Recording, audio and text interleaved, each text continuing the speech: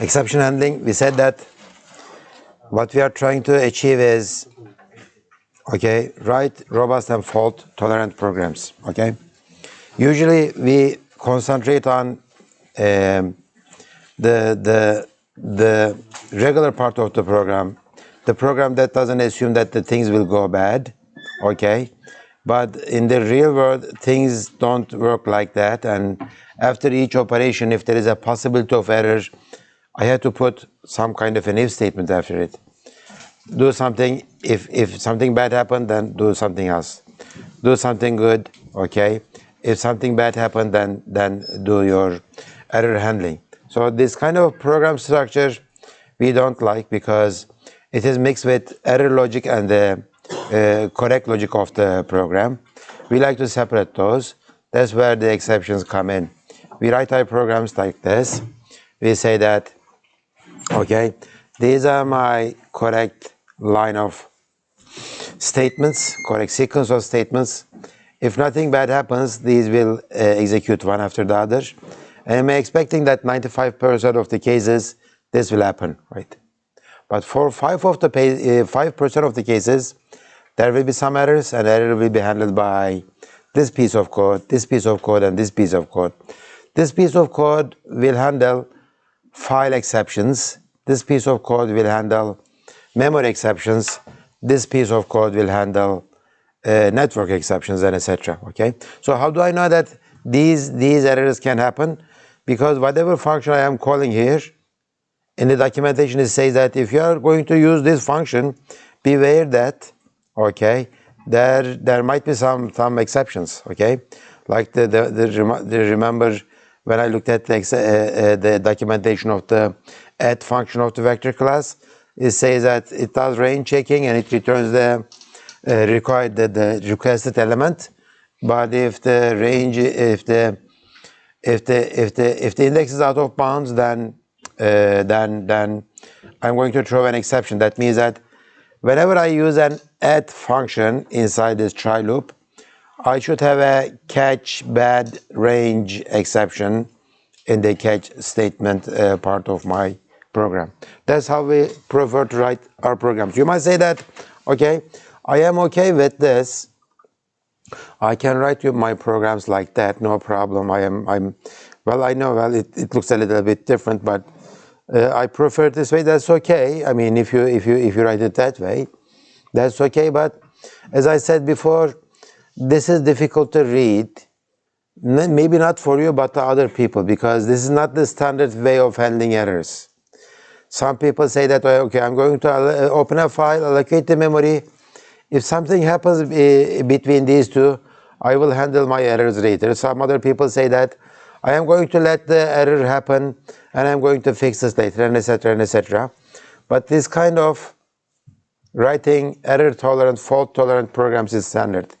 You put your nice statements, green statements in try loop, try block, and you put your error handling code in the catch blocks. Whoever looks at this, okay, whoever looks at this, such a program, let me go to the program that I showed you yesterday. I did not show you that? I guess I did not. Oh, I think it was in the slide, right? It was in the slides somewhere here, yeah. So I write my program like this. I know that this part, okay, I know that this part within the try block is a nice part of the code, okay? I am expecting everything to run smoothly. I will divide two numbers and I will print the results on the screen, and that will be it. But I know that the number 2 could be 0. In that case, this part will handle the problem, okay? So it is kind of, whenever you see try block, you assume that if code is written by somebody else. Whenever you see a try block, you assume that there will be nothing bad going on inside this try block. There will be no error handling lines inside this try block. But of course, this is real life. Bad things will happen. If bad things will happen, it will not be handled inside this try. It will be handled inside this catch. Okay, and bad things are, okay, I mean, our software world is a nice world actually. Bad things doesn't happen 50% of the time. It happens maybe 1% of the time. So they are really exceptions. They are really exceptions. They are not regular part of our program. If bad things are happening 50% of the time or the 20% of the time, then that means that those bad things are part of your nice part of your program, okay? So it is part of your regular algorithm. It should be handled inside this try block, okay? If they are happening so often, that means that it is part of the algorithm actually, okay? It is not like somebody is accessing out of bounds, or it is not like somebody is opening a network drive which is not there, etc. Okay, so this is what we did. We wrote it. We said that I am going to do two things, okay? Call this function and run this cout statement. What could happen with a stream insertion operator? What could happen with a stream insertion operator? Bad, okay? Nothing. Whatever I say, it will be printed. I am not expecting any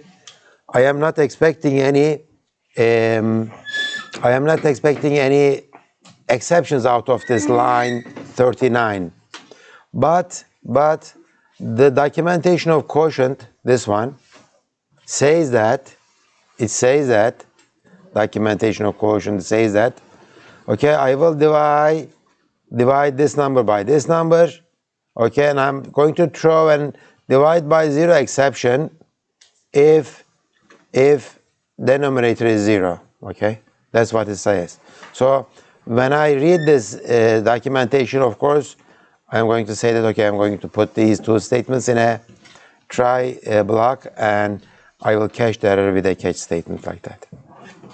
Okay? So let's go back to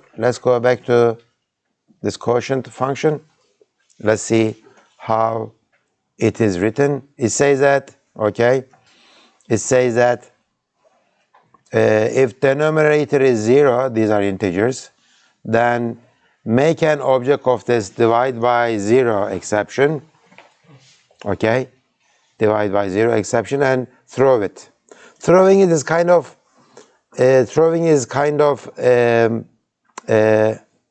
returning something, but it is not a regular way of returning something. Of course, what I return is a double. It is the numerator divided by denominator. Of course, this is going to be the double division, not integer division. That's why I have the static cast. Okay. So when I am saying that I should return a double regularly, but if a bad thing happens inside this function, I am saying that whoever is calling me, I am signaling that a bad thing is happening, and I am throwing an exception for you, and you should handle this. Okay? You should handle this. I am going to let you know. Other than that, I mean, if we didn't have this exception mechanisms, okay, how would you write this function? If I didn't have the exceptions, how would you write this function? You would divide numerator by denominator. Yeah, that's true. That would return a double. But if the denominator is zero, then I would do what? Terminate. I am not going to do that, and that's what we have been doing. Print an error statement out on my screen, but you know I don't like that kind of error handling. Why? Because I mean this is running on a car's engine, right? Engine computer. There are no screens. I mean, how should the caller know that something bad is happening? Okay, if it's on a server, nobody is at the terminal of a server. Servers run 24 hours a day, and they handle millions of requests.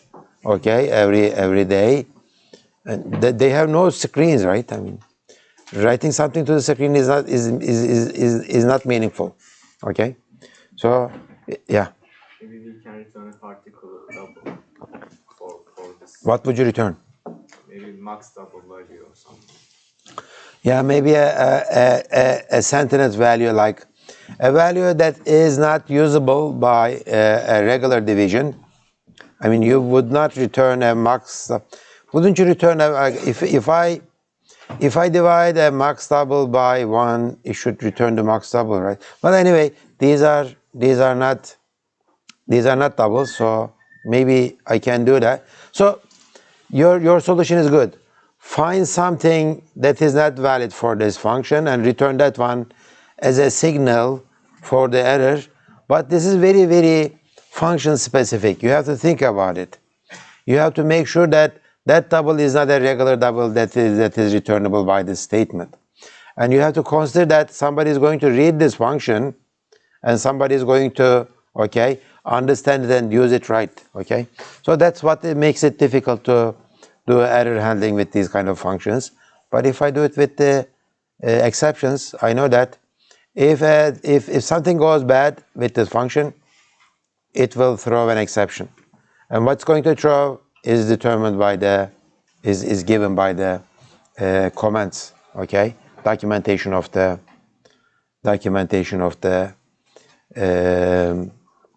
function, okay? What happens while we throw this thing in stack? The return value expects double, but we return something else. So how compiler handles this? Well, I mean, it does not. I mean, as soon as you throw something like here, this try block is terminated. It is not valid anymore, okay? So you cut execution of this try block. Control is passed to this catch statement. If the thrown object is compatible with this catch statement, I have thrown a divide by 0 exception, right? So it looks like it is fine. I can catch it. If I can catch it, I will start executing this line and this line, okay? So nothing is returned. This throwing an exception is an exceptional thing. You don't expect regular return statements. You don't expect regular stack popping of the address and returning the values and continuing execution. No, your return address will be ignored, okay? Immediately this try block will be terminated. I am not executing the try block anymore. I will go to the catch statement and I will execute this one and this one and this one. After that, I will go to this, okay? So as I said, it is exception, right? Nothing regular is happening. It is an exceptional thing, error occurred. So I cannot continue on this try block anymore. Where am I going to continue? Catch will execute. After the catch, this one will execute. So this try block is really, okay? Think it as a simple block. So it will be executed. When it is executed, either this part executes from the beginning to the end, and I come to this, or while this part executes, an exception occurs. That exception will be handled by this catch block. Yes? If divide by 0 exception is object, in why we call it as a function in quotients? What do you mean function? Can we look inside quotients? Yeah. Definition? In line 17, it seems like, or it's a constructor. So of course, divide by 0 exception is a class, and I'm making an object of that one. Remember, we made objects of day of here class like that, and etc. We returned it. Yeah. So, by the way, you can throw anything you like. If you like, you can say throw 1.0. I am throwing a double. Or throw string ABC. You can throw anything you like, but usually we like to throw an object of a class that belongs to the hierarchy of exception. Remember the class exception defined by STD, standard library. So you derive a class from this exception class, and in this case it is divided by 0 less. Why don't I look at that exception thing? Where is my, I don't have it. Where is it? Maybe, why don't I, yeah, I am going to open this details. These are the details slides, by the way. Our box slides about exceptions are not that good. to say the least. That's why I am not going to use it. But where is my... Wow, I can't find it there. Oh, I know how to get it. I know how to get it. You go to details. Okay, you go to details. No, not that. Not that. No. This one. Okay, it says that I have my download the zip file. Should I download it? I think I downloaded it before. Let me download it. It's not big.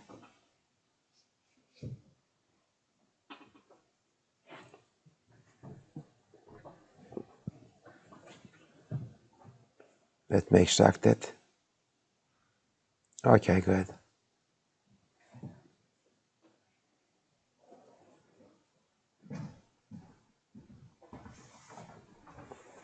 So it was chapter number what? Chapter number exceptions, chapter number 18? Where is 18? Why it is not sorted by? Did you guys see 18? Come on. The second one, I guess. At the top. Okay. So I guess this one. This doesn't look like exceptions.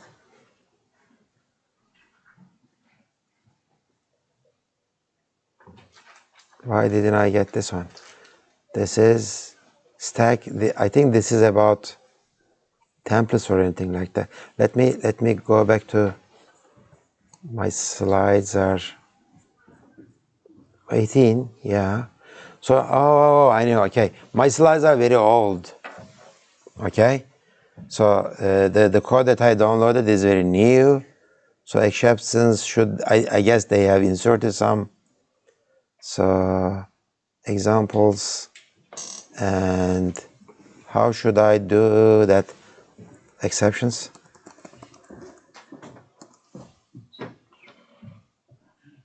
Figure 17. Yeah, okay, good.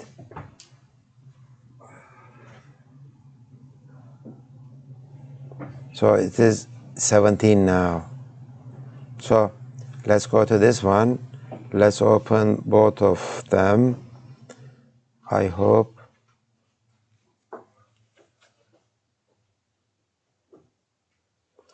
This dev C++ sometimes crashes if you try to open two things at the same time, and that's what happened.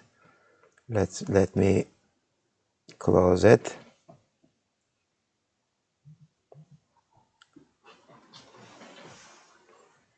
No.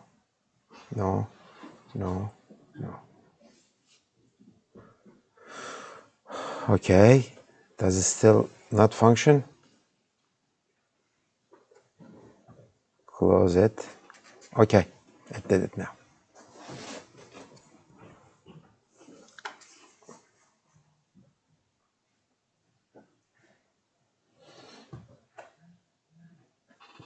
All I am trying to do is to load that file for you. Okay, I am going to do something else now. Open this with WordPad. Okay. Sorry for doing this, but so this is divide by 0.h. So how it, where is my code? Yeah, here is the code. Okay, here is the code. Divide by 0 exception is a derived class from std runtime error, and std runtime error is a derived class from std exception. All you do is just constructor call the base classes constructor with this message attempted to divide by 0. Okay, so that's what it does. Basically, it's just I'm making a new class so that it's not same as the other classes. instead of throwing a divide by zero exception, I could have thrown a runtime error, std runtime error, right? I could have thrown an std runtime error, but that wouldn't be specific to my problem. It's just, well, it's true, it's runtime error, but, well, of course, there is a relationship between divide by zero and runtime error, but I like to be more specific. So I made this class. I have implemented everything, which is as simple as this, okay? Now I can throw exceptions on that. Why we have curly braces for that constructor? What? Why we have curly braces for that constructor work that? What do you mean, this one? That's left of it. Attempted to divide by zero inside curly braces and quotes. Oh yeah, I don't, well, it shouldn't be, no. They shouldn't be curly braces, they should be parentheses. I wonder what's happening. It shouldn't be curly braces, no. It works as well, I think. What? I think it does work this way as well. I don't know, do they, no, well, I need to look this up. The latest version of the book uses C++ 14 or 17. They added something for that one. I don't know what that is. In C++ 14, they made this additions for the initialization of the stuff. Like when you make a new vector, okay? When you make a new vector, you can initialize the vector elements by doing this assignment, like an array initialization. This has something to do with that one. So I don't know. I don't know why. I mean, I don't know what's the difference between this one, but I bet it is something to do with the initialization. I will look that up. Can you say C++ is the most evolving language of all? No. All the languages changes all the time. They haven't. They are even doing the versions with the version 1, version 2, version 3 for the Python language. C is very stable. What? C is not changing. No, C is doing the same thing too. Do you know how many standards of C you have? Huh? Not as much. Well, no. You keep, okay, standards of C standard. So you have 2C2X, okay, 17. So it is as, okay, I mean, we had 98 C++, we had C++ 11, we had C++ 14, right? So you are going to have the same thing for C2. So these kind of details, as I said, some of them, they don't stay there, they will go away. Some of them will be there, but I mean, C is designed to be low level at the same time high level language, okay? But C++ is trying to be more like a language that is competing with languages like Java and Python and that kind of stuff. So whatever works for the other language and is accepted, they try to integrate that feature to the language, okay? So C is not stationary either. But the thing is that, I mean, if you learn original ANSI C or C99, okay, then you are fine, okay? All you need to do is just look at the differences between C17 and C99 and that kind of stuff. And most of the time, C99 code will be enough for you, okay? So the important thing, I don't want to be caught up with what is new inside C++ or Java or that kind of language, because this course is not about C++. It is about object-oriented programming languages. But why not look at the new features of that language, etc., right? So maybe we can talk about them. We didn't have this before, now we have it. This is better for the object-oriented programming philosophy, etc. We can make those kind of discussions. As I said before, C++ is a very large language.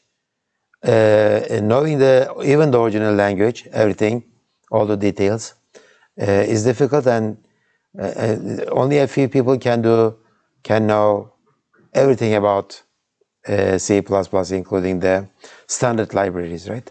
So that's why documentation is important. Go back and see what's going on, what's this, etc. When did they add this? What is wrong? What was wrong with this, etc.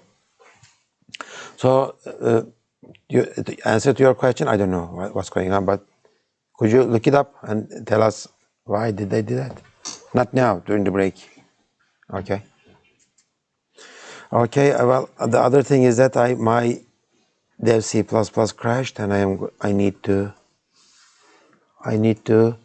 kill it and start it again. Where is it? Where is it? Do you guys see it? Second other. Okay, so kill this one. And then do this. Never try to open two things at the same time. Okay, so divide by 0 is here. Good. Okay, so let's go back. Exception handling. Good. Oh, by the way, I divide by 0 code was here. And I don't know why I did that. Yeah. Okay. So divide by 0 exception, divide by 0 exception, constructor. This one uses the parentheses. I definitely that one has something to do with C++ 14 initialization stuff. Okay, good. Let me move on from this one. Okay, so we understand what exceptions are. We understand how to write code with the exceptions. And there are two things going on here. This is how you write your fault-tolerant code. When you use somebody else's functions, classes, etc., okay?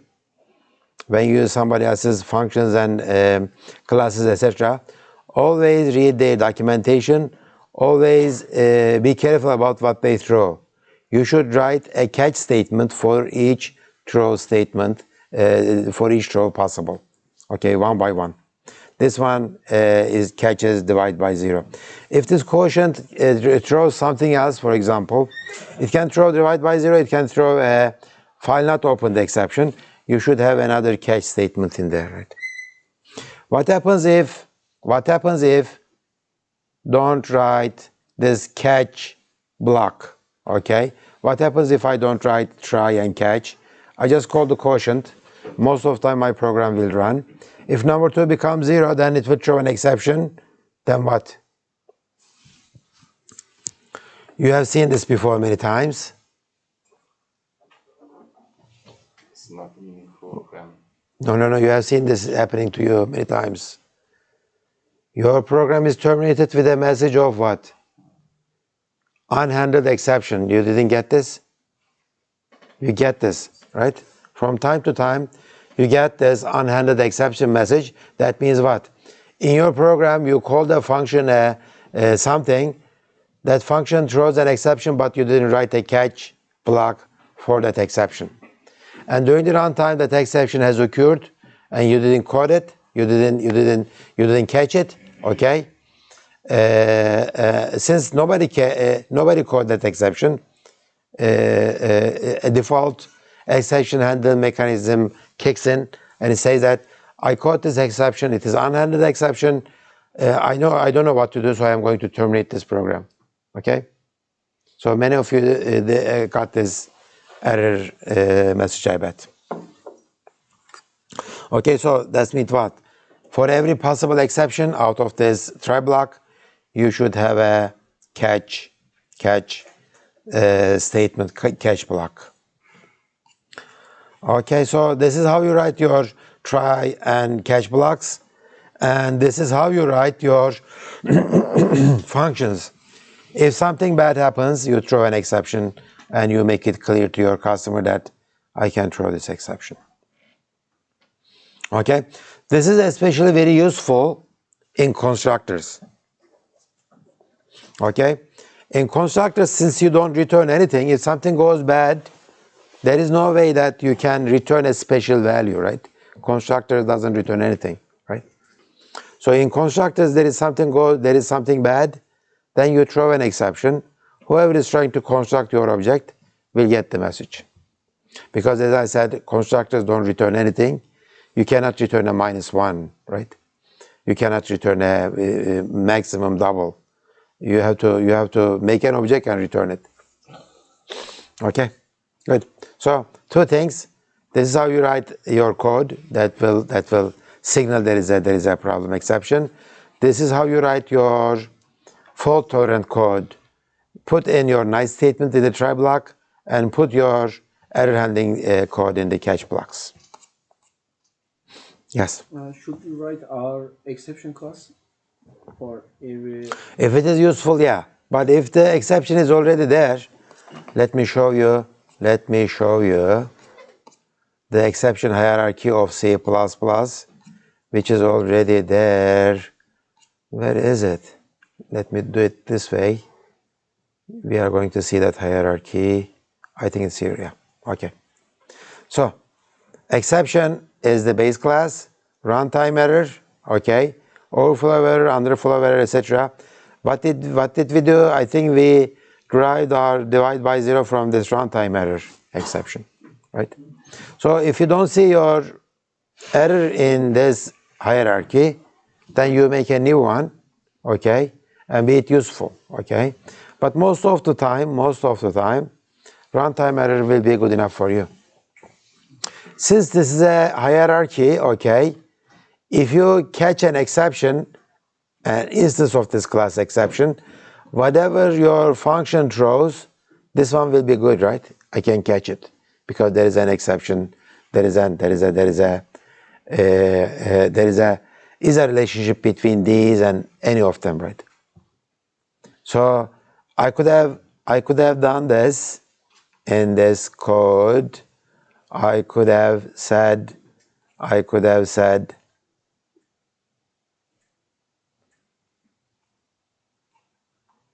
okay, I could have said exception, okay? This will work. Well, you might say, what is this?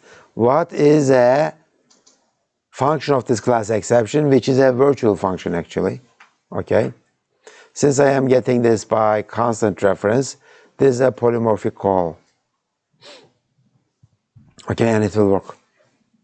So this code will compile and run, no problem, because what belongs to this one? See, exception class has only, I think it has only a single function available. This is what you say. What happened? What? It gives you the message. That message is the message actually. You pass it to the, see this one. Throw, yeah, well, where is my, okay, here it is. Okay, attempted to divide by 0. It is this one. Okay, good. I don't remember where I was, but it was like 11. Yeah, okay. So you don't have to always make a new class, but as I said, check the hierarchy. If it is there, use it. Otherwise, make a new one. Okay, so try block is this. Your nice statements, green statements, and the catch statement is, you have a, it's like a catch is like a function definition, right? It needs a parameter. Just a single parameter, no 0 parameters, no 2 parameters, no default parameters, etc. It's just a one parameter, single parameter function. Of course, it doesn't return anything. It's not a function, but it's like a function. You say that if something bad happens and that bad thing throws this type of exception, I will catch it, I can handle it. That's what you are saying. So the thrown thing should be compatible with my parameter, okay? And for every exception, you should write a separate catch statement, one after the other. So try and catch. After every try, there should be a catch. Inside try, you assume that things are going well. Inside catch, I am handling the error. If you are handling the error, you don't have to be very performance conscious in this part because you are handling an error. it could be I mean, because it's an error, things are going bad. You don't have to be that careful about your CPU usage or memory usage and etc. Because that part of the program will run very rarely, and it's not part of the regular flow of the program algorithm part. But this part is performance-wise should be very well optimized. Okay. Exception may surface through explicit mentioned code in a try block. Okay. And true calls other functions through deeply nested functions. You are calling a function f, that function calling a function g, that function is calling a function h, and h is throwing an exception. If g is not handling that exception, then f will get it. If f is not handling that exception, then I will get it. Okay. So and if I don't handle it, main will get it. If main doesn't handle it, the system will get the exception, and it will terminate your program by saying that nobody handled this exception. So inside a try block, you call lots of statements. Okay. If any of them throws an exception, then your catch statement should do it. Okay. Catch handlers immediately follows a try block. You may have one or two or many catch handlers. So it is like this. Okay. Try block, many statements in there. Catch exception type 1 reference. Catch exception type 1 reference. You don't have to catch a constant reference object, but that's kind of the norm. We always do that. Okay. If you catch an exception by value, not by reference, by value means what? Copy constructor, right? And if copy constructor is the function that throws the exception itself, while you are catching the exception, it's going to throw another exception, right? So that's going to be a bad thing. So don't do that, okay? Always catch your exceptions by constant references, okay? It's not a compiler error not to catch it by constant references, but it's kind of the norm. We do it that way. Okay, keyword catch, we did that. Okay, and exception parameter enclosed in parentheses, and they represent the type of the exception, etc. So some people, for some reason, why, I don't know, some people assume that, okay, some people assume that after I handle the exception, I will go back to this try loop and continue executing. No, it is not going to, it's not doing it that way. When this line, okay, when this line, see, it uses the same thing here too. It's the initialization thing, right? This curly braces. Okay. So when this line throws an exception, I code it here, I executed this, and I come here. Not go back to that one and continue our state.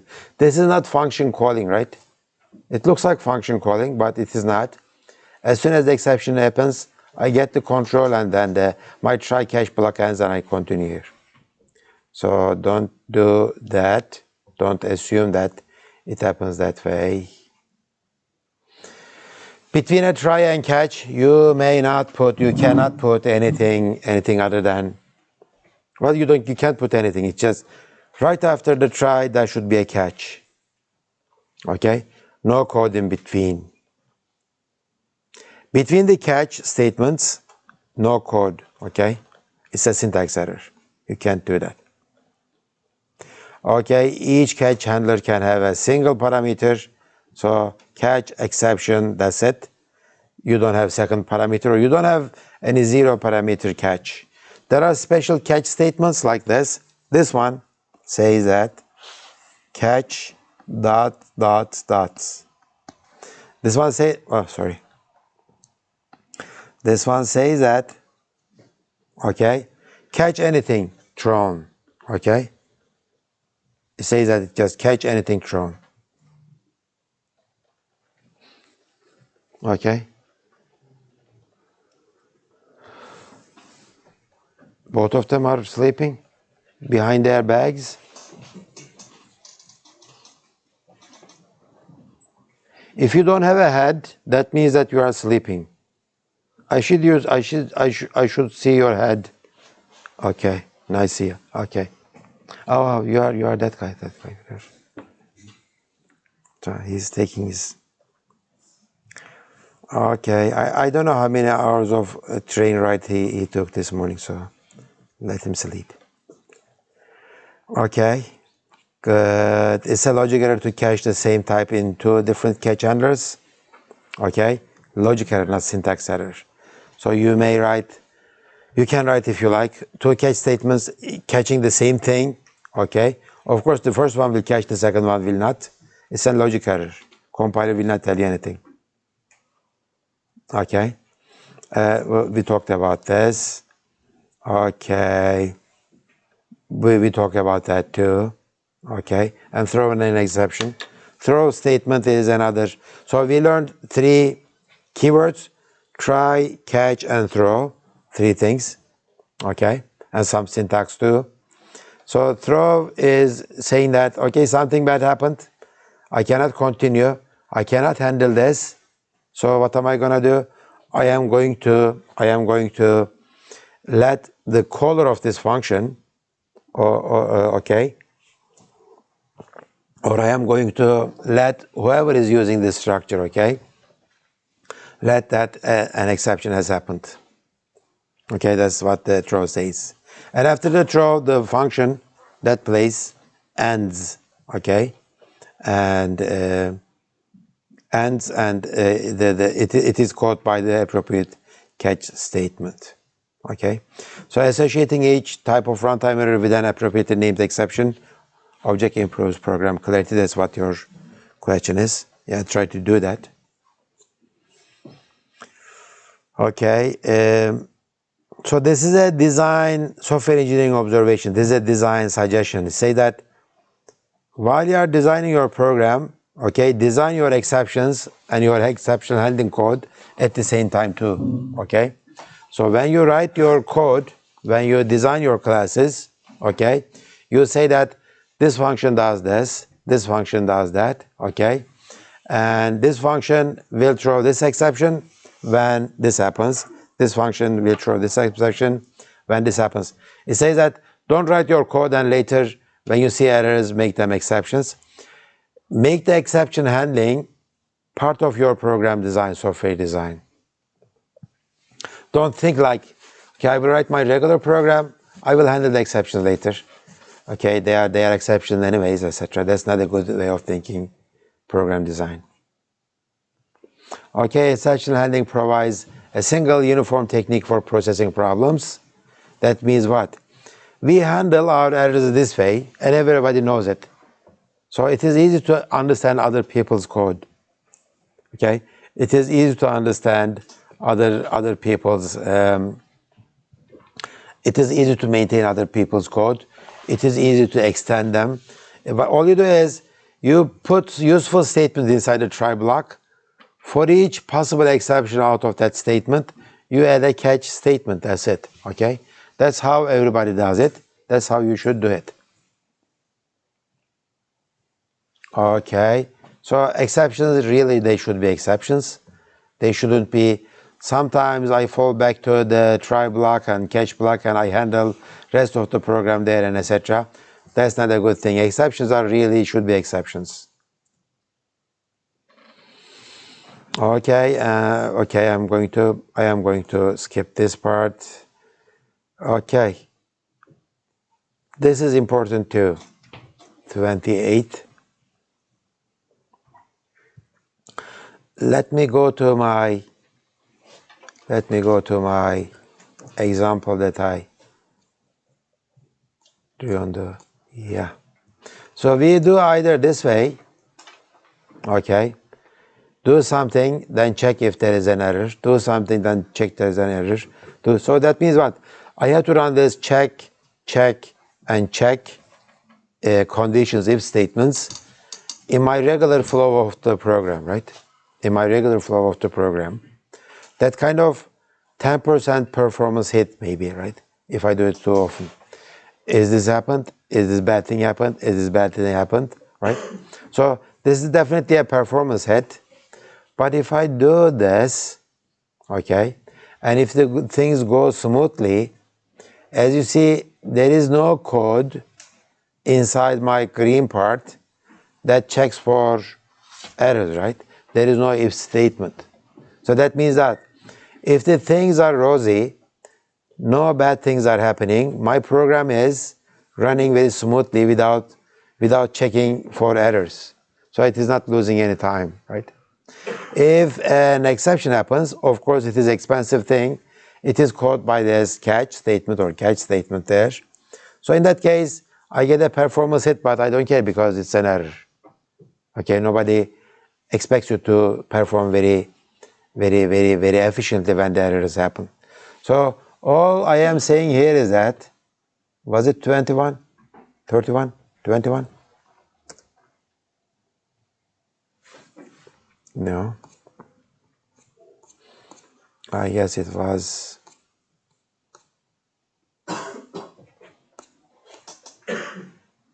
Okay, it was 28. So it says that when no exception occurs, exception handling code incurs little or no performance penalties. So it is efficient. Okay. So thus programs that implement exception handling operate more efficiently than do programs that intermix if statements in their code. So this doesn't happen usually. When you do something nice, it is usually expensive in terms of CPU and memory time. This time it is good for both CPU and memory, and it is good for software engineering practices.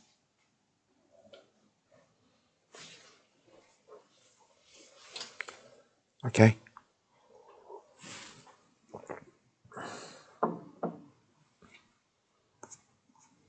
Okay, sometimes you do this. You have a try block, an exception occurred, okay. I don't know what kind of exception it is, so I caught it. I don't know what it is, I don't care at this point. I am going to do something about that exception. For example, I print a message, this is a bad thing, but let's say I am going to do that. I printed a message, something bad happened. I don't know how to handle that exception, so what I am doing is, I am throwing the exception again. So whoever is, since maybe I am in a function, right, this function f. Whoever called this function, okay, will get the exception. So I partially handled the exception here, some part of it. Whoever calls this function will get the exception. So this catches the exception, does something very simple, or handles half of the exception happening, but the rest of them will be handled by somebody else. So that's called rethrowing an exception. You catch something, do something about it, but let the others know that I did not handle the whole exception. Maybe in this case, maybe I closed a network connection, maybe I deallocated some memory. I don't know what I did, but I didn't handle the whole thing. Okay. Got any questions so far? Yes. I think we can use this for debug our code maybe. After release a program, in this block, we can log the errors and send ourselves in this way. Yeah, usually, yeah, that's exactly right, okay? But let's say your main function is like that, okay? You put that in a try block, your main thing, whatever your application is, and you catch what is not code, and you put them as a saying that something, an error has occurred. We are handling the problem, and we are going to let you know about the final solution. Please send an email to us at this position, etc., and throw the exception again to terminate your program, kind of. So yeah, you can do that too. But the point here is, yeah, you don't know actually how to handle the whole thing. Okay. When you debug your program, I mean, if you are debugging your program by looking at the exceptions, then that means that you release your program too early, because these are runtime errors, right? These are catchable stuff. Usually the bad bugs happen without exceptions. Bad bugs happen without giving any messages, like the logic errors and etc. In that case, you are not going to get any compiler errors or exceptions. Okay, any other questions? Good. Yeah.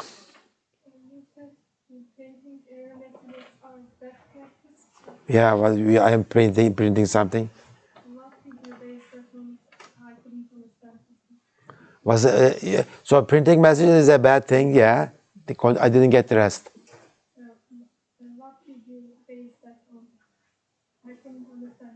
I mean, instead of doing this print message, well, maybe I should have said here. Okay.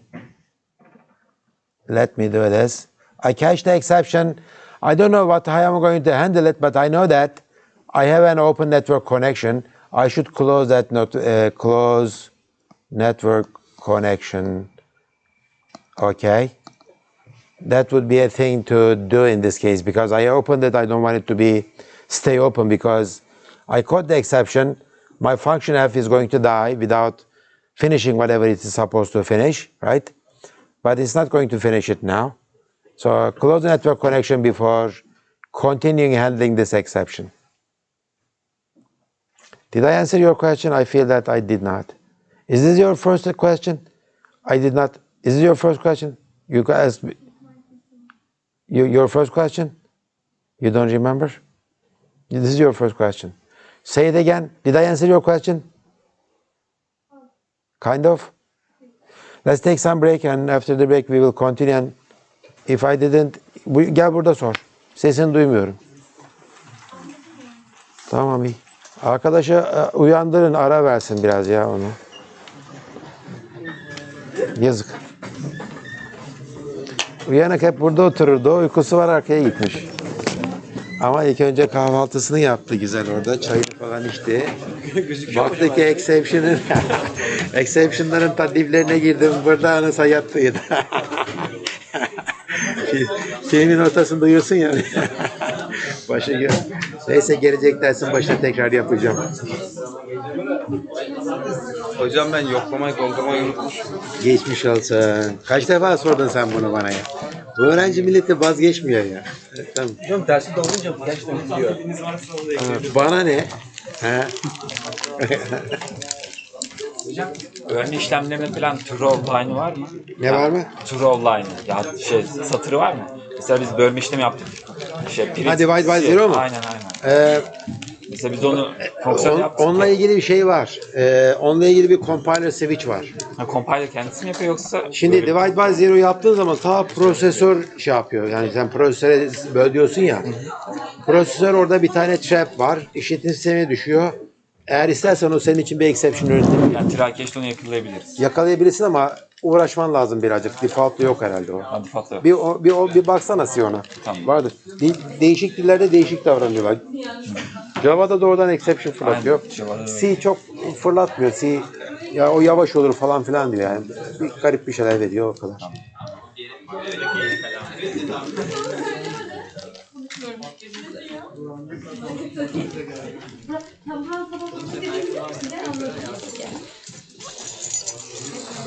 Siber güvenlikle alakalı bir şey sorabilir miyim? Neyle alakalı? Siber güvenlikle. Sor. Bu try hack mi ya da hack the box gibi siteleri biliyor musunuz? Bu şey. Oğlum çok saçma şey oldu ya. Dün aldığım makine makine yok abi. Binada makine yok. Sinir makine yok. Ben neye sorayım dedik ki akşam 12'den sonra attığım makine de bozukmuş. Yıkamadan çıkarmış sabah. Biraz falan gerekiyor. Sabah attım. Onu bekledim. Gitsin diye.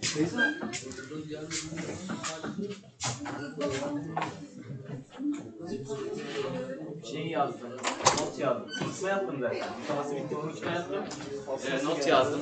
Poşet koydum, poşetin içine koyar mısınız diye. Telefon numarası falan verdim.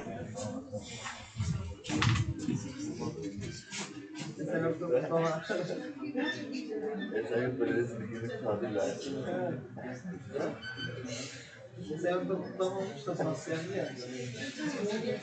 Daha fazla arıyorum. Sanki Galatasaray Real Madrid. Ciddi misin? Lan oldu. Evet, o videosu var. Adamlar ortalar. Buna tamam. Yok, Ya saçmalama. Yok. 5-10 saniye çıktı yani orada. yürüyüş yaptı. Eymen oynar mı? Eymen kutlamada şu an. Kapadım. Aynen. Allah. Aslında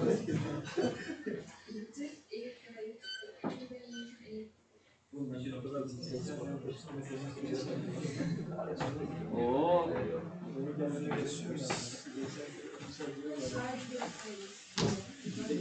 Ben yaptım. Süre bitti mi? Abi düşünce sorma bunu lütfen ya. Erol süre bitti mi? Ona ait. Oğlum göndermiyor ya zaten. Merak ettim. Gönderemez Oğlum ya. gelmeden önce bakmıyor musun sen? O otomatik gönderir dediydim.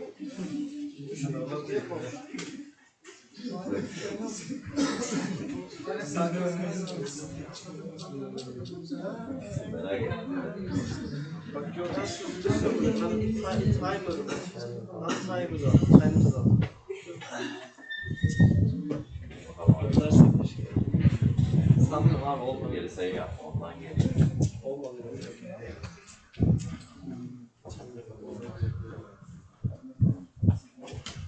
Sinir bozucu. Niye zaman bitince gönderdin? Yok daha bitmedi. Hayır, zamanla bir şey oluyor. Tamam.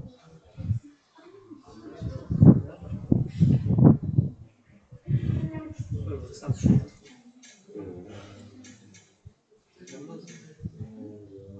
Hangi fonksiyon?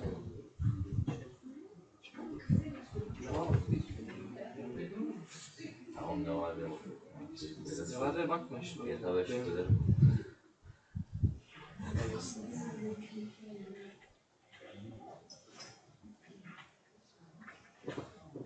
Başka.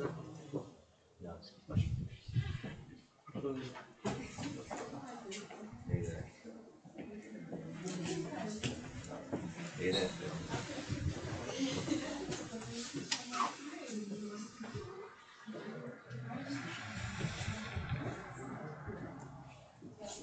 Bunu açma. Niye bunu açma? Niye açma?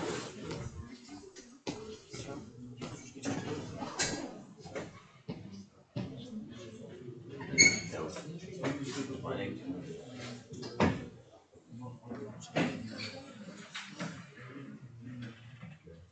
Abi açma. Şunu da değil. Bunu açsana. Açma.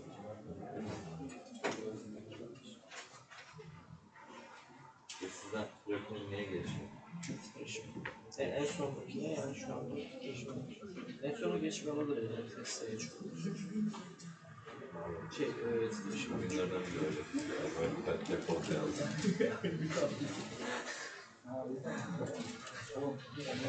Word'da en iyi de. Biliyor musun? Biliyor musun? Dün reisle duo çalıştık. Duo. Oha. Oha.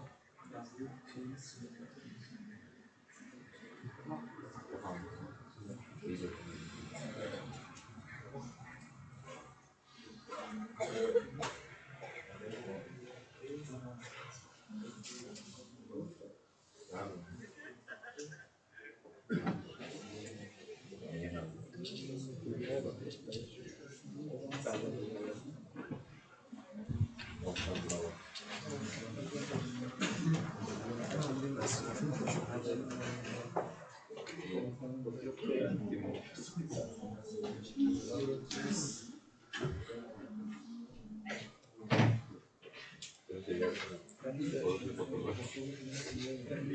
Kesinlikle tutuşu var işte.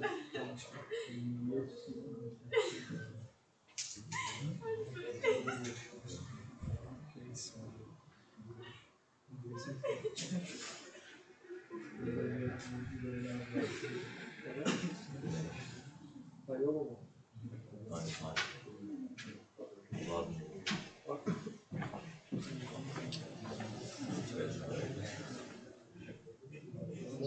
20 çizdim.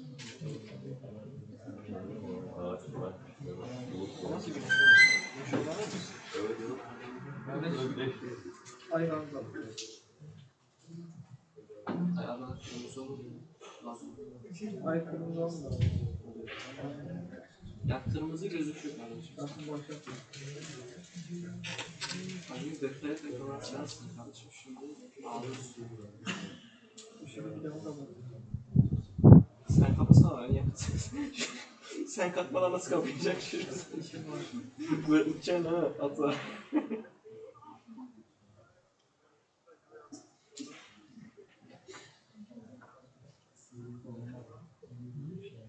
Neresi lan? Saat kaç?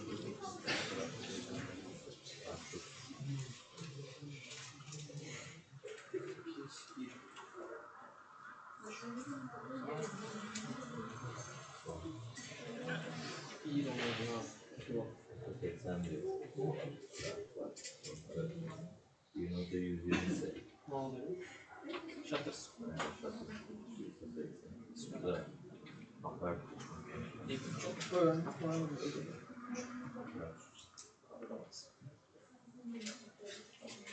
Anahtar. Bak. Burası ne? Burası. Can. Anahtar çocuk değil mi? Ana. Şu an. Anahtar çocuğum. Anahtar değil. O çocuk Türkiye'de yaşamıyor. Büyümüş hali. Anahtar. Yaz insan. Anahtar çocuk.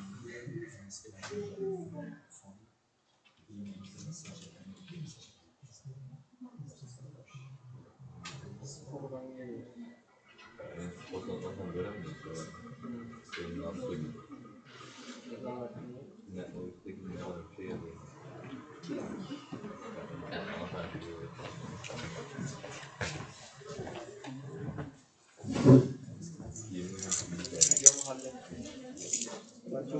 Hocam Daytel'in kitabını verir misiniz? Ha, gelecek sene onu okutacağım dedim ya.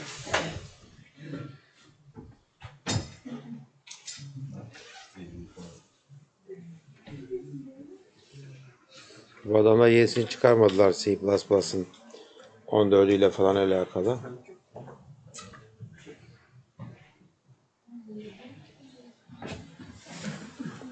Ben şu camı alacağım.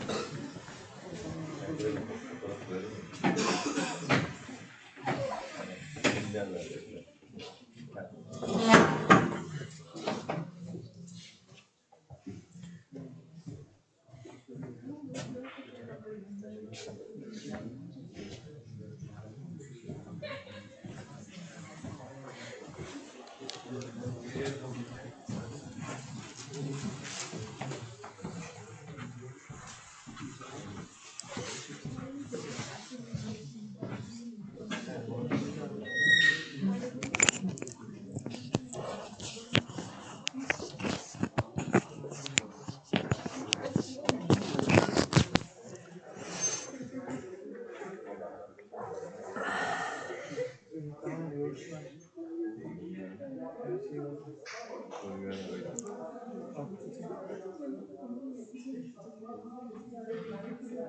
Ben çocuğu yedim.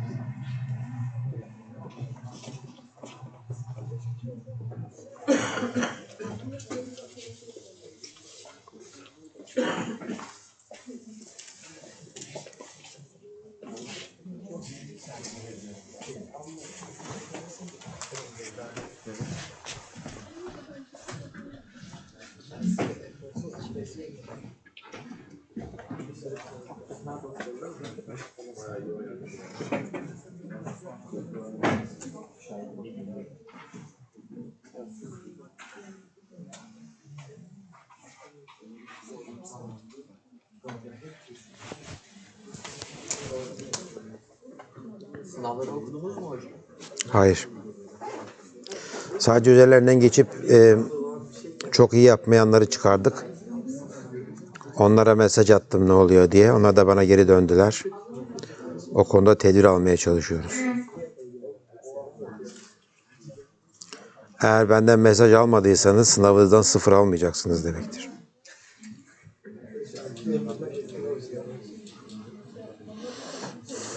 Kaçta ara verdik ya? Millet nerede ya?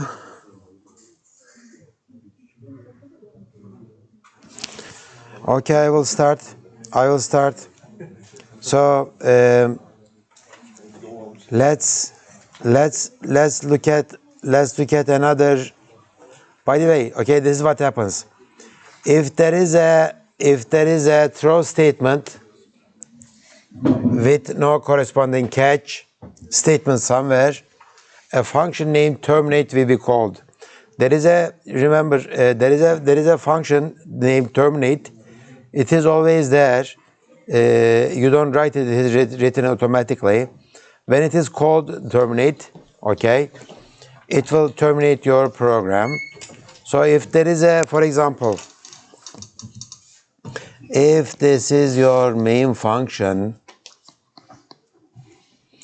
I did stuff like integer a, cout something,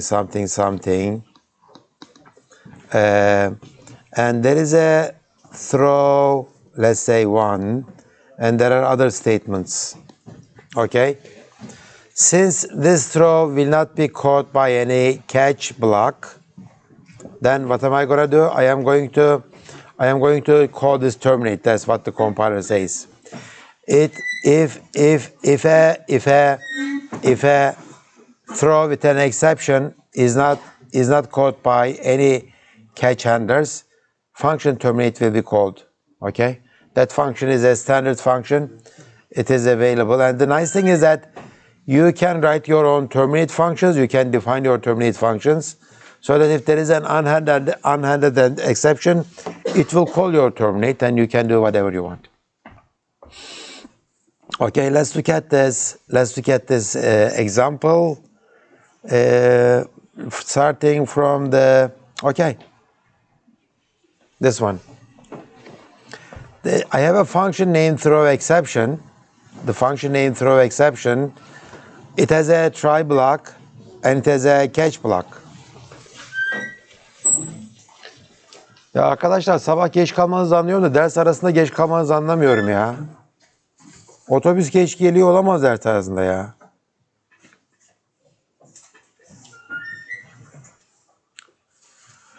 Okay, I have this throw exception. Inside this throw exception. Arkadaşlarınki yeni bir retro exception. Yeni bir exception throw ediyor arkadaşlar. İkinci ders. Esiri yapıyorsun. Evet. Güzel. Korktum yine otoyla ilgili bir şey söyleyecek diye. Okay. Throw exception is a function. Okay. Inside it there is a try catch block. We did not see an example of this. Okay. Inside a try block, you are throwing an exception. Inside the catch, you are catching that exception, which is not useful, right? I mean, this is not meaningful. This is stupid, but just an example. I mean, because what is the point of throwing an exception and catching it in the same function scope? I mean, if you're going to handle the error here, just handle the error. Why are you throwing an exception? Okay, so that's not the point here. The point is, I mean, if I get an exception out of this try, and if I catch it, okay, I can rethrow that exception. Here, see this one? I don't have the parameter for the exception, parameter name for the exception. That means what? I am not going to do anything about that exception. All I am going to do is print something on the screen and rethrow that exception. So whenever I call this function, okay, this line will be printed on the screen, right? Function throw exception throws an exception. This one, line 16 will be printed definitely. And throw exception will throw the exception. My try block will be terminated. It will be caught by this exception handler catch. So these two lines will be printed. Then I am rethrowing that exception. as soon as I throw the exception, this function throw exception will be terminated. Why? Because this function throwing an exception, okay? So this line will not be printed. Whatever you do in this function throw exception, line 26 will not be printed. I think I have, yeah, this is what? O3, I have it here, O3, this one. Yep, okay. So line 20 will not be printed at all, but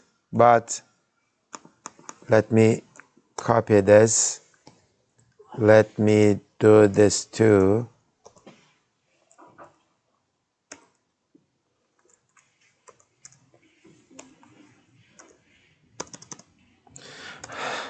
I am trying to get the indentation right. Okay, good. So this line should not print either, and do the same thing here, and this line should not print either. Okay. Because I'm throwing the exception, it is caught by this one. I printed these two. Throw again, this line should not print at all. Okay, so I modified the program a little bit. Okay, let's go back. Let's see how our main function is written. Our main function is this. It says that, okay, try and catch. Try. It will print this line. Okay. I will call this function throw exception. Remember, inside throw exception, it throws the exception, it catches it, but it throws it again. So this throw exception will throw an exception. Since it throws the exception, this line will not be printed, right? It will be caught by this exception line. This one will be printed, and then this line will be printed. Okay? So this is again, toy example, just to show you how the exception throwing and catching mechanism works. Obviously not a useful example, but an example that will make it kind of clear that what happens if somebody throws an exception and nobody catches it. If somebody throws an exception and inside this function nobody catches it. If I throw an exception inside a try block, the catch block will catch it, okay? If I throw the exception inside the catch block, unless this one is in a try catch block, for example, I could have, again, another, let me go to another useless code example, try, and I am doing this. Okay, this is my try block.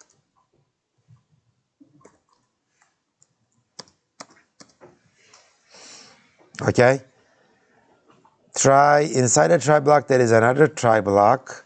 Can I do this? Yeah.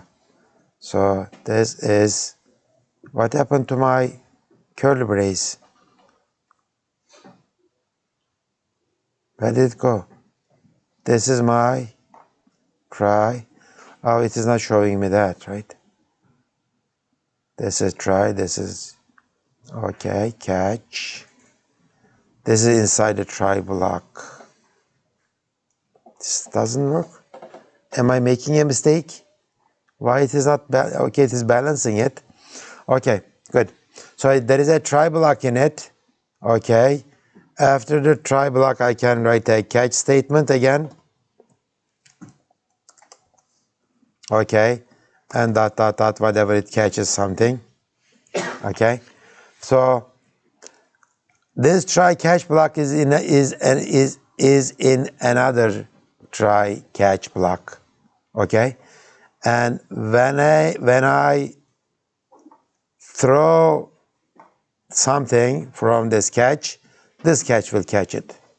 Okay, again, another stupid, this is even stupid times stupid example. I am throwing something, catching something inside the same function, throwing again, and I'm catching it again.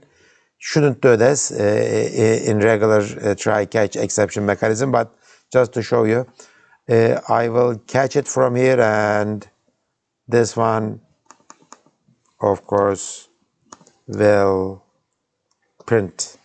So question for you, if I do this, what happens to my main function?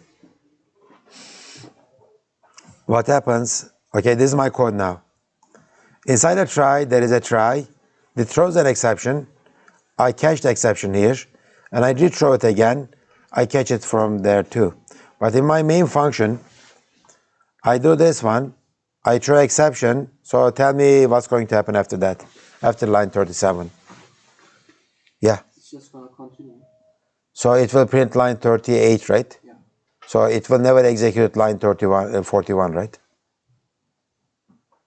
Yeah, that's true, right?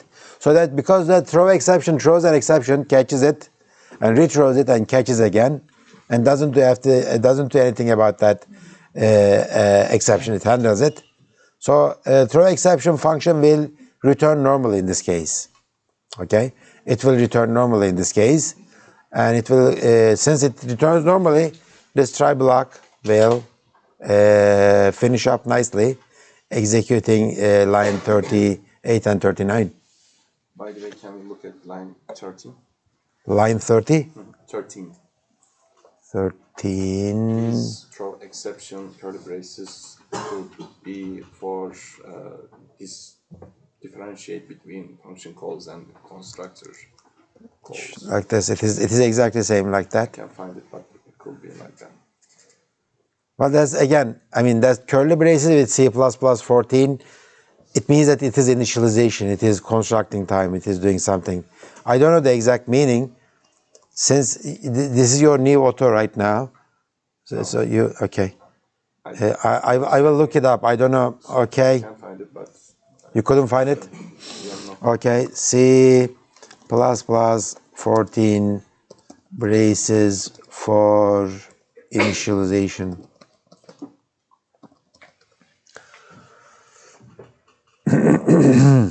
Okay. What are the advantages of...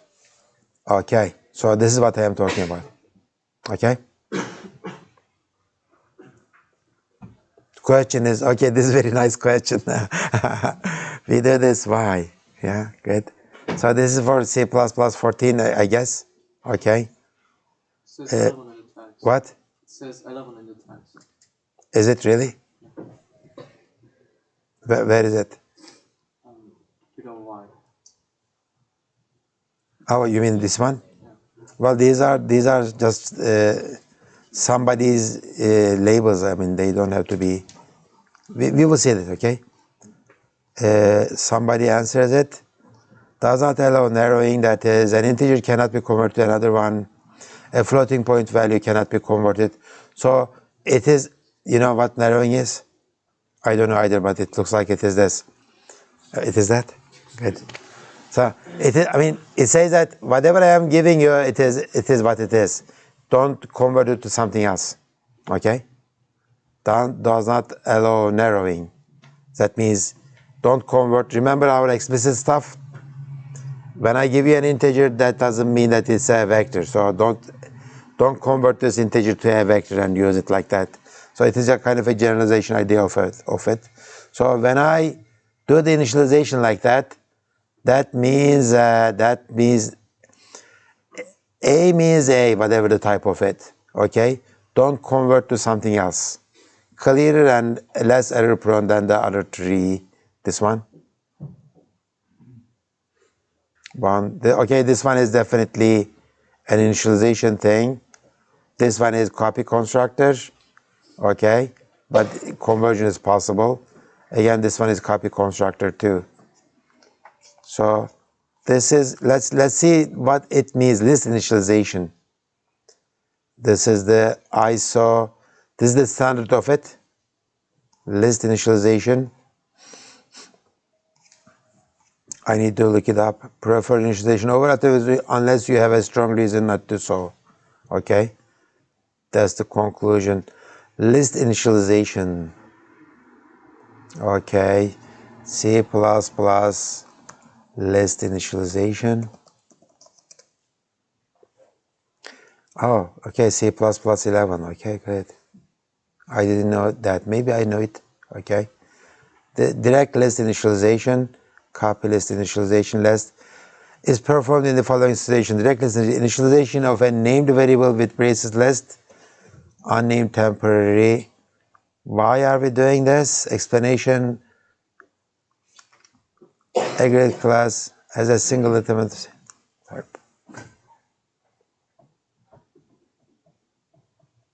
So that's the initialization mechanism, and it has number of narrowing things, which causes the sequence before. I need to read this now. I just did not understand by looking at it. I will talk about this move semantics. Okay. I think I will talk about this when I talk about the new move semantics. So because I am going to look at the copy constructor in that case, I'm going to talk about this.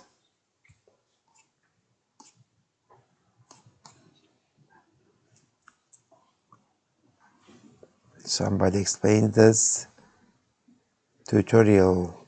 Okay. C++ 11 initialized started and the C++ 14 made it.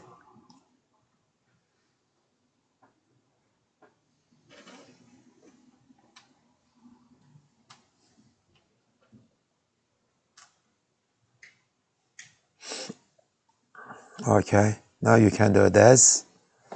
Good.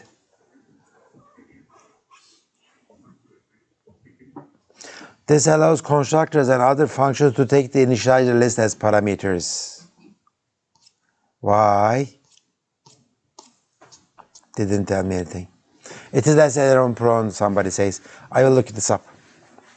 Okay. This is the example. This is the example that we looked at. And this is the original code that we have modified. Just an example of how the exception handling is working. Okay. We used to have this, but they deprecated it.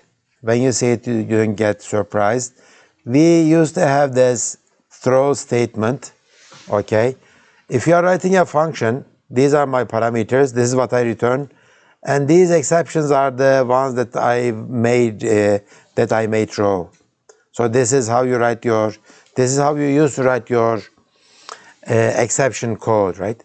This function will return this, it will take this, and this function can throw exception A, exception B, and exception C. This used to be called throw list, okay? Later they deprecated it in C++ 11. We are not doing this anymore. They say that this is not good for the compiler, makes the compiler complicated. During the runtime, I have to check if the thrown thing is there or not. It makes our code slow, and etc. and etc. So we don't have the throw list anymore. The only thing available for now is you can write an empty throw list here. You can say that throw parentheses, open parentheses, and close parentheses. That means that I promise I will not throw anything. Okay, so you can safely call this function assuming that it will not throw anything. That's still there. And by the way, there is a new keyword in C++. It says no throw. Okay. No throw means that, okay, right after the function, if you put this keyword in there, no throw, that function promises not to throw anything. So the readers of this function, whoever is going to use it, can safely assume that I can use this function not in a try block, because you don't need a try block. It's not going to throw anything. Why use this in a try block, right? Okay, so this is what we have, or if you don't want to use it, you can say throw this. So these are all deprecated now.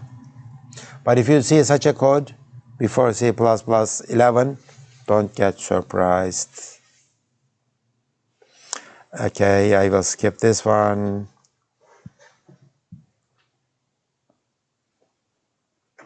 Okay, function unexpected. There is a function called unexpected. But this is, I mean, okay. Should I talk about it? Maybe. Well, you said that, okay, you said that this sum function will not throw anything, right? That's what you said, okay? But it turns out that that function throws something. Inside that function, there is a throw statement. That function is calling another function, and that function is throwing something. But I said that it is not going to throw, right? So in that case, if that happens, then this function unexpected, remember there was a function named terminate. There is another function called unexpected. That function will be called unexpected. And you can change the definition of that unexpected using this function set unexpected. Okay, so set unexpected expects a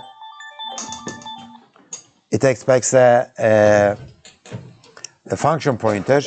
It expects a function pointer, right? And you can set your unexpected function to your function. Okay, again, the same thing for the terminate. What's the difference between terminate and unexpected? Terminate is if a function is unhandled, if an expression is not handled, okay, nobody is handling it, terminate will be called. If a function throws an exception, but that function should not throw an exception, in that case, unhandled, in that case, unexpected will be called. That's the difference.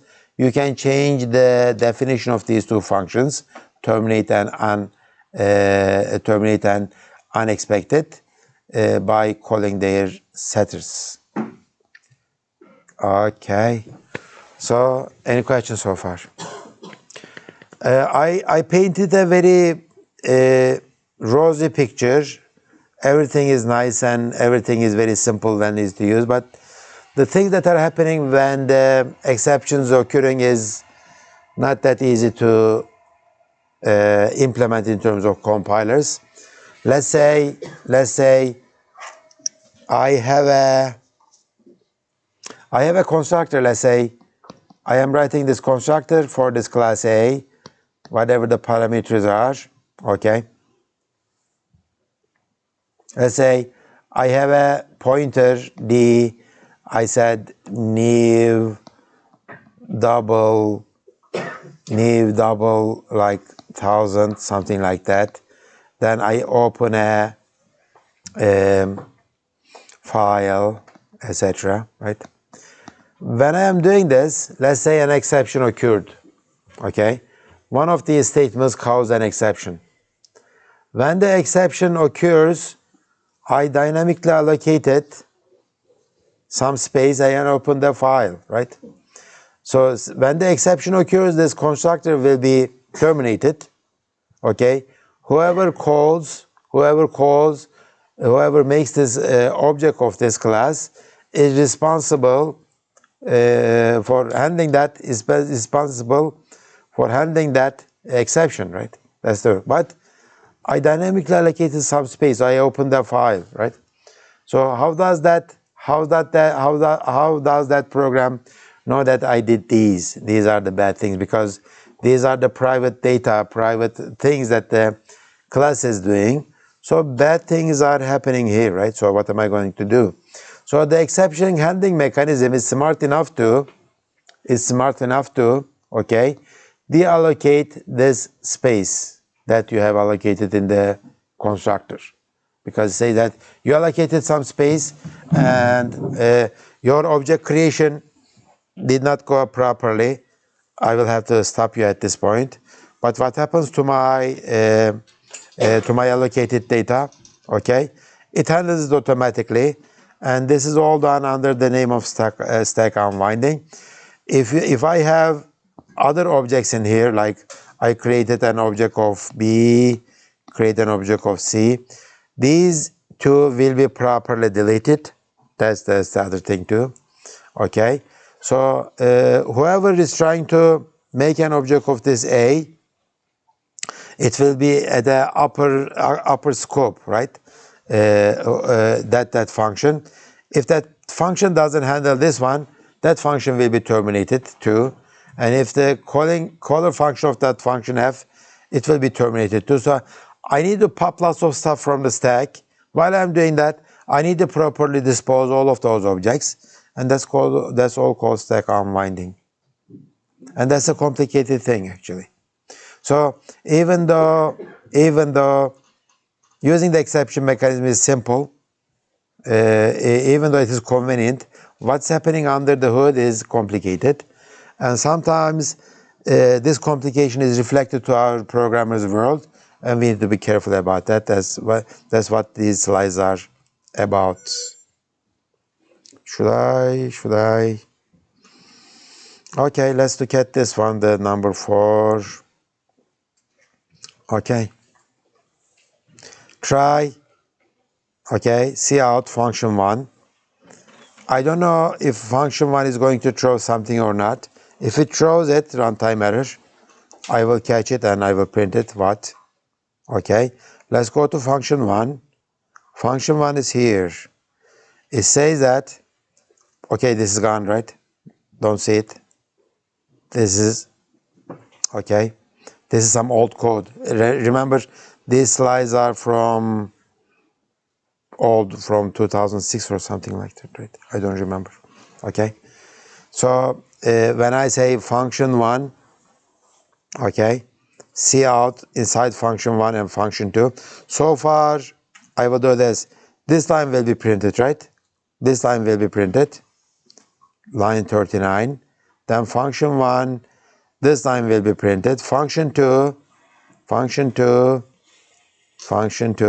this line will be printed. Don't see this.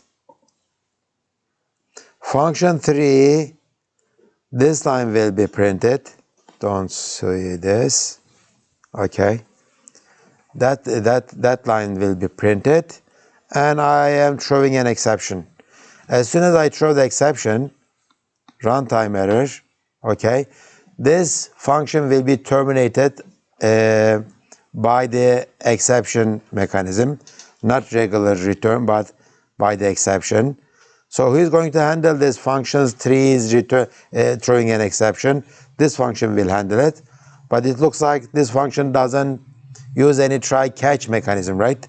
It doesn't do it. It is not going to handle anything. So function 2 will be terminated by the exception mechanism.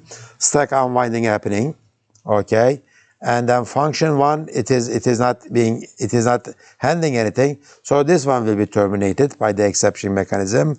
And now when I come here, this try block, if it has thrown something, I am catching it, and I will print this one. Error what? Of course, it will print error. What is this? Runtime error in function 3. Okay, it will print this one, and exception handle the main. Then I will return 0. Okay. Another example, how the exception throwing and catching works. Okay, if I had many objects in function 1, day of year object AB, and if I had a vector of integers A100, okay, in function 2, etc. Whenever I am unwinding my stack, these objects will be terminated, will be killed properly. Their destructors will be called, okay. They will die regularly, okay. So they will not be in a bad situation. They will not be in a invalid state, okay. That's called stack unwinding. Okay, that part of the picture, again, the ugly part of it. Exceptions, constructors and destructors, and exception handling. Okay, exception in constructors. Exceptions enable constructors. I mean, you know, it's very useful because constructors cannot return anything. So exception thrown by constructor cause any already constructed component objects to call their destructors. if I am using composition, if I have initialized 2 or 3 my data members, but an exception occurred, the destructors of those objects will be called. Okay. Only those objects that have already been constructed will be destructed. That's nice too. Okay. Exceptions and destructors. When destructors are called for automatic objects in the terminated try block, when an exception is thrown, acquired resources can be placed in local objects to automatically release the resources when an object occurs. If a destructor invoked by stack unwinding throws an exception, then that's a bad thing, right? Destructor, I am trying to destruct an object, but that object is in a catch situation, in an exception handling situation. I am trying to destruct an object, but that object is throws an exception. Well, in that case, exception causing an exception, I cannot handle it. Terminate will be called. Okay, good. What do I do now? I will skip this one. We talked about this. Okay. By the way, new, what did we say at the beginning? New returns a null pointer if the new is successful, but you can use a switch in your compiler to throw an exception if it fails. Okay, so it says some compiler returns 0 if new fails. Some compiler throws an exception. It is configurable. Okay, you may assume that it throws an exception. So the good thing is if you are using new, okay, if you are using new, put that new in a try block so that when it throws, you are ready for it. Most people don't do this, including our books and ourselves. We don't do it that way. I mean, what is the rule? If something can throw an exception, then put it in a try block and catch it, right? We have never used new in a try block, but we should. Why we are not putting this in a new block? But the thing is this: when new throws an exception saying that I don't have enough space, you are doomed anyway, right? Because if you don't have any space in your stack area or in your heap, then your program is using too much memory. Doesn't matter if you catch that exception, handle it. You are in a bad position. But the right thing is this. Okay. If you keep doing this, okay, I get a new double of this size, 50 million, right? 50 million doubles. Okay, at some point, I am going to get a null pointer, and I will break out of this loop. Okay, this is the old compiler or the new returning a null value, but the better version is this. Okay, in a try block, I will do my useful code. In a catch block, if I get bad allocation, okay, I say that I cannot do that anymore. So this is the right way of doing stuff, not this. So this one intermixes good code, right? And bad code. This one, well, code is not bad. It is written for the bad algorithm steps, or not wanted error algorithm steps. This one is everything is good in here, so the error case is separated nicely. Good. As exception class hierarchy, we talked about this. So there it is.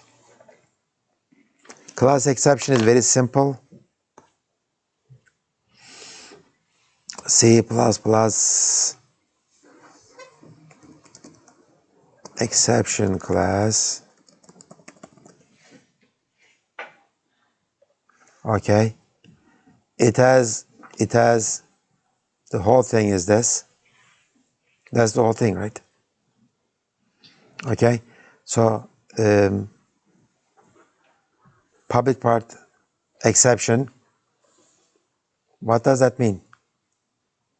The constructor, read it. What does the line 3 mean? It won't throw anything. Yeah, constructor will not throw anything. This is the copy constructor, will not throw anything. Assignment operator and destructor virtual.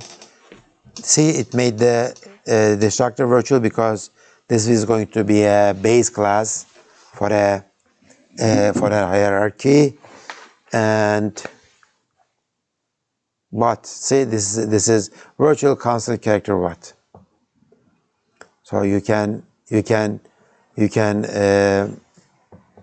override this what function, constant. This C++ 98, C++ 11. What is the change? Yeah, see, no exception, no throw. Well, did I no throw? Did I say no throw? I think no exception. Are there any? Can I click on this? No. C++ no throw. Okay, it's a constant value. New and operator new to indicate these functions shall not throw an exception or failure, but what?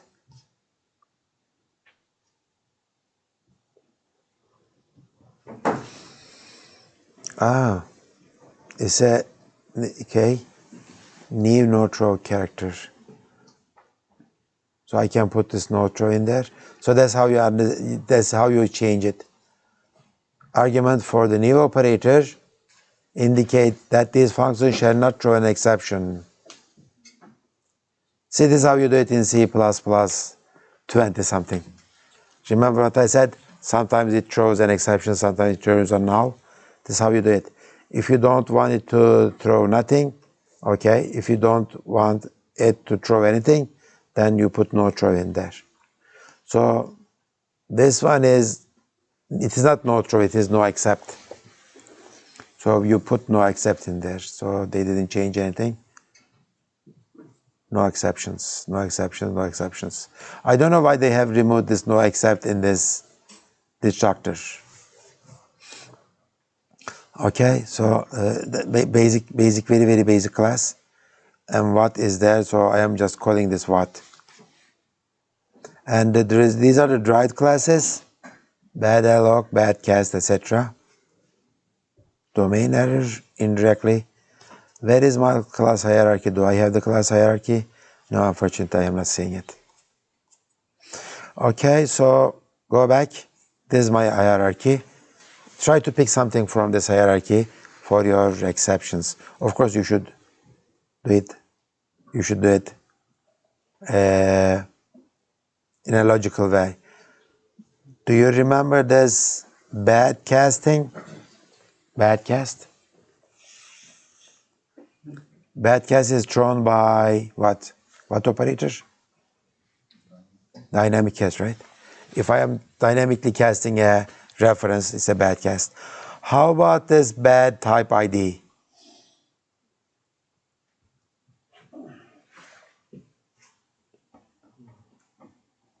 Who do you think throws this bad type ID? It is related to this bad cast. Remember what we did about, we asked an object the type of it using type ID, right? Remember that function, type ID, okay? For an object to know its type ID, that object needs to store some information in it, right? Okay? What is the size of this class? My favorite class. My favorite class, A, and I have an object of this A. A is an object of this A. So what is the size of A on memory? What? It is not 0. Well, if I have a zero size object in my memory, I cannot make arrays of it. Also, I cannot say, what is your, okay? I cannot say type ID A. What is your type ID? I cannot say that, right? I mean, because it's zero. How does my code know the type of it during the runtime, right? So it has to have at least 1 byte or 2 bytes in it that indicates the type ID of it. But if type ID is if that type ID is corrupted for some reason, or I can tell there is this runtime type runtime type ID RTTI. You can tell your compiler, don't store any runtime identification information in my objects. You can say this to your compiler, okay? And the compiler doesn't store anything in your objects. Well, in that case, polymorphism is not possible with no RTTI information. Go to your compiler's documentation, and you can say that don't put any type information in my objects. If I don't put it, okay, then polymorphism will not work because objects cannot know what they are, right? Polymorphism will not work. If you turn this runtime RTTI information, okay, RTTI information, turn it off, in that case, I cannot know the type ID of my objects. Well, in that case, I am guessing that this bad type ID will be thrown in that case. I cannot know the type of it. Yes? I was going to ask, how does the type checking work? We send an argument to a function, but in compile time it would work because it knows. In compile time it works because it knows the code, but during the runtime, when you need to know the type of a pointed object, okay, I'm pointing to somewhere, I don't know its type. I am asking what's your type. If this RTTI is not there, okay, then I am in trouble. Then bad type ID. Okay, so if you go to the manual page of G++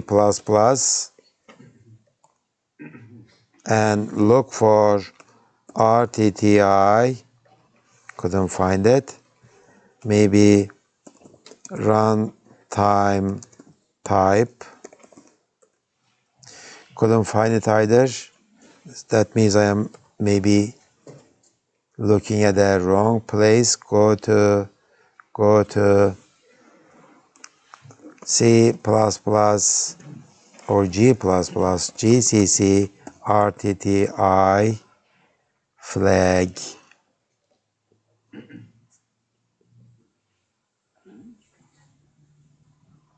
Somebody's asking this in Stack Overflow.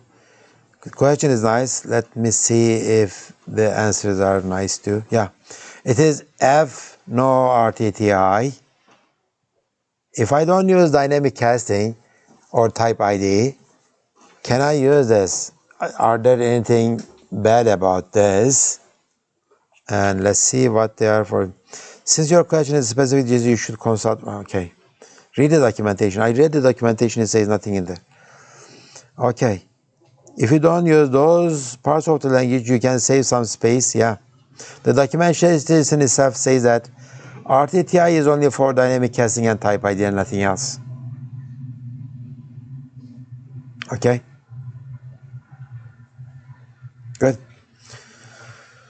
Okay, I think I am out of my time and I think I am done with this chapter. Am I done with this chapter? Maybe next week I will start talking a little bit more about this. Then I will talk about a standard template library. And after that, C++ is done. I will start talking about Java. How many weeks of classes we have? We have next week, I think I will be done with C++, 3 hours, 3 lectures. Then I have 6 lectures for Java, which should be good enough. Maybe I will, how many lectures did we miss? Due to holidays, anything? 1 or 2? Did we miss any lectures? Well, I am not. Well, I am going to do 1 or 2 lectures anyway, even though I did not miss anything.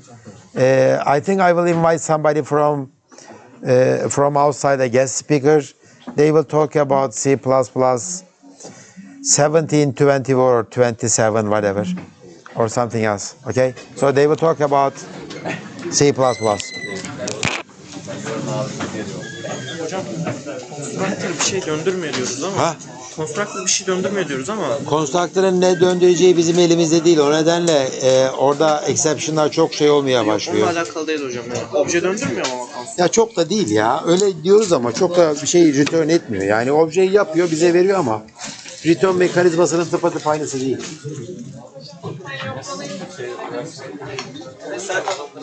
Çok soru soruyorsun. Hayır.